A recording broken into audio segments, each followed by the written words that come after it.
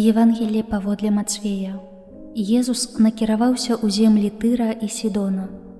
І вось жанчына канаанская, выйшаўшы з тых ваколіц, крычала яму: «Змілуйся нада мною, пане, сыне Давіда! Цяжка апанаваная злым духам дачка мая». Але ён не адказаў ёй ні слова.